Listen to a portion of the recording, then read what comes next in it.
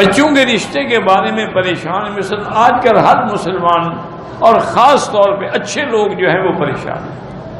جو صالح لوگ ہیں، دین والے لوگ ہیں، جن کی بچیاں دیندار ہیں، پردے دار ہیں، شریعت والے، وہ پریشان ہیں. جو فیشنیبل ہیں، ماڈرن ہیں، ماشاءاللہ کلب میں جاتی ہیں، ان کے لیے تو رشتوں کی بھرمار ہے.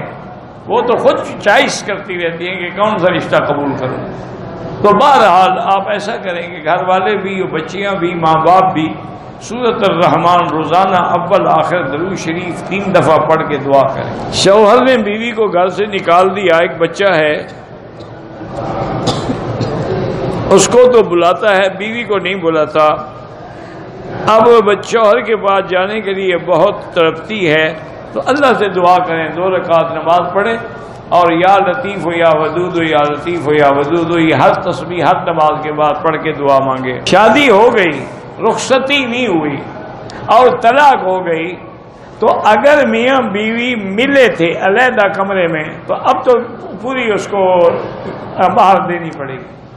اگر میاں بیوی 1 منٹ کے لیے بھی علیحدہ نہیں ملے ہیں تو پھر آدھی مہر دینی ہوگی.